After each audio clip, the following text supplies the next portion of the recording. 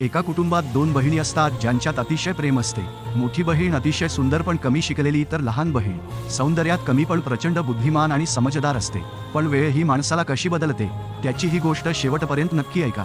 मोठीला पैशांची ओढ तर लहान बहिणीला ज्ञानाची ओढ. काही वर्षांनी वडिलांच्या आग्रहाखातर दोघींचेही लग्न होते. मोठी सुंदर असल्याने श्रीमंत घरात जाते, पण तिचा नवरा अशिक्षित असतो. लहान बहीण सर्वसामान्य कुटुंबात जाते, पण तिचा नवरा अतिशय बुद्धिमान असतो. घरच्या परिस्थितीमुळे तो छोटीशी नोकरी करत शिकतही होता. दिवसभर काम आणि रात्री अभ्यास असा त्यांचा संसार चालू होता.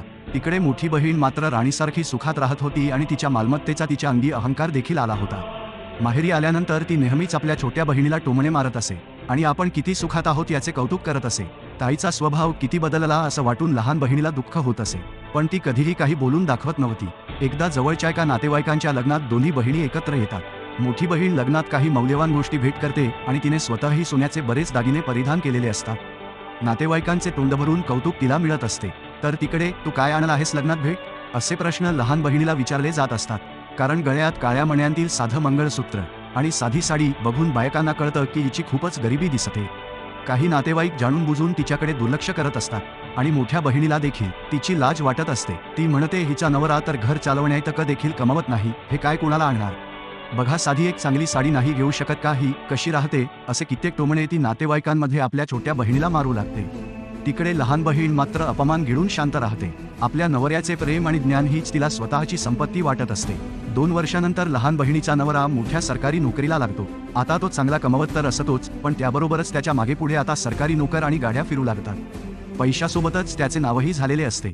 पण तो एक चांगला माणूस असल्याने सर्वांशी अत्यंत विनम्रपणे वागत असतो. आता त्याच्या यशाची जय्यत तयारी म्हणून त्यांच्या घरात मोठी मेजवानी व कार्यक्रम ठरतो.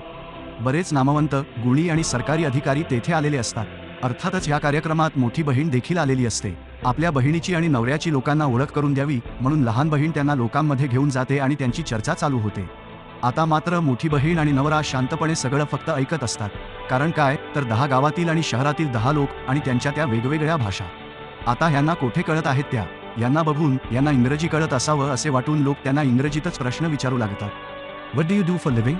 Where are you working? Glad to meet you. असेच बरेच काही त्यांच्या डोक्यावरून जाऊ लागते. हे कळताच लोक त्यांना हसू लागतात आणि इंग्रजीतच काहीतरी बडबडू लागतात. I think they are not well educated. They don't even understand English. आता मात्र लोकांची खुसपूस ऐकून त्यांना कळते की हे आपल्याला अपमानास्पद काहीतरी बोलत आहेत.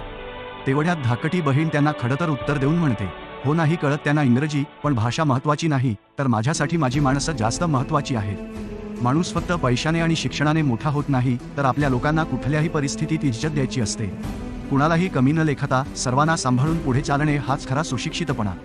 असे सगळे ती बोलत असते. हे ऐकून मोठ्या बहिणीला फार वाईट वाटते. आपण तिच्याशी इतके दिवस किती चुकीचे वागत आलो हे आठवून तिला स्वतःचा राग येऊ लागतो. मोठे असूनही आपल्यात हा समजदारपणा का नाही आला, असा प्रश्न तिला पडतो. आपल्या बहिणीच्या गळ्यात होऊन तिला अश्रू अनावर होतात. तर मित्र मैत्रिणींनो, या कथेतून आपल्याला हे समजते की कोणताच माणूस हा परिपूर्ण नसतो.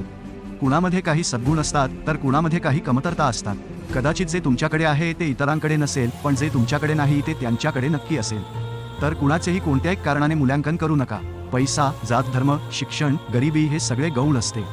या गोष्टींमुळे कुठलाही माणूस श्रेष्ठ किंवा कनिष्ठ ठरत नाही, तर माणूस त्याच्या संस्कारांनी आणि विचारांनी श्रेष्ठ ठरतो. तुम्ही स्वतःचा अपमान सहन करू शकत नसाल तर इतरांचा अपमान करण्याचाही तुम्हाला काही अधिकार नाही. कथा आवडल्यास व्हिडिओला जास्तीत जास्त लाईक आणि शेअर करायला विसरू नका. तसेच चॅनलला सबस्क्राईब करून मराठी व्यक्तीला सपोर्ट करा.